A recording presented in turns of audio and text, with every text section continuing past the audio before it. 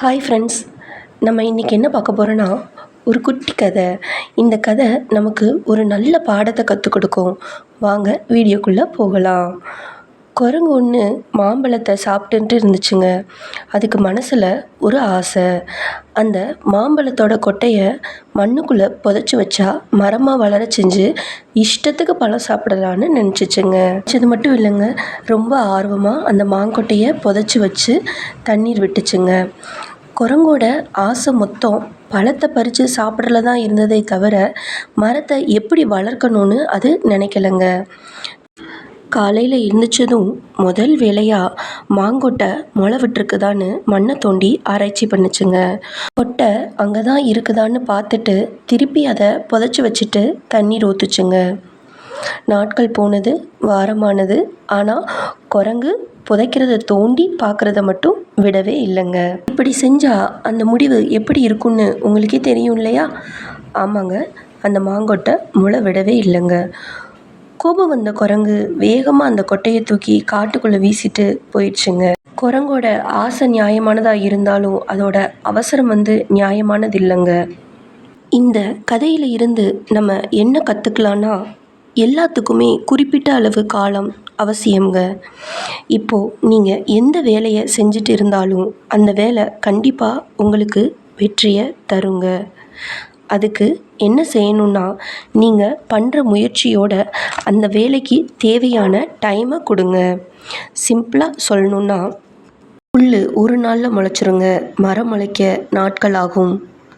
ஆனால் எந்த ஒரு செயலோட பலன் லேட்டாக கிடைக்குதோ அந்த செயலோட வேர்கள் ஸ்ட்ராங் ஆகிக்கிட்டு இருக்குன்னு அர்த்தங்க. அதோட பலன் நீங்கள் நினச்சி பார்க்க முடியாத அளவுக்கு இருக்குங்க. அதனால் நீங்கள் செஞ்சுக்கிட்டு இருக்க செயலை நம்புங்க.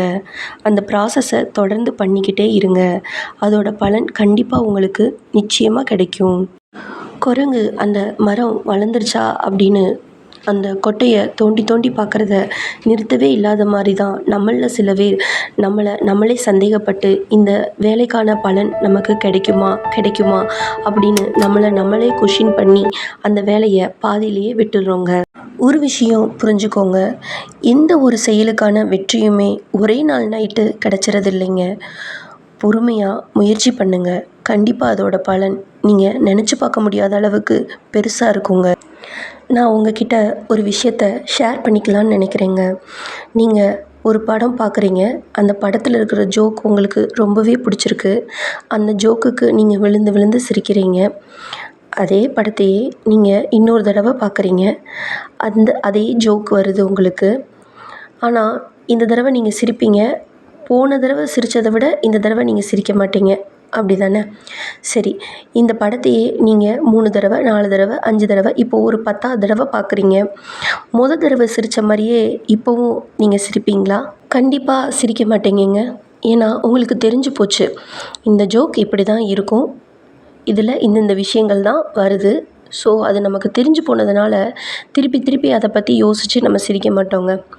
இதே இப்படி இருக்கிற பட்சத்தில் கவலைகளை மட்டும் ஏங்க டெய்லி நம்ம புதுசாக யோசித்து அதையே நினச்சி கவலைப்பட்டுட்ருக்கோம். யாரோ ஒருத்தர் என்றைக்கோ சொல்லிட்டு போயிருப்பாங்க, அந்த விஷயம் உங்களை காயப்படுத்தியிருக்கோம்.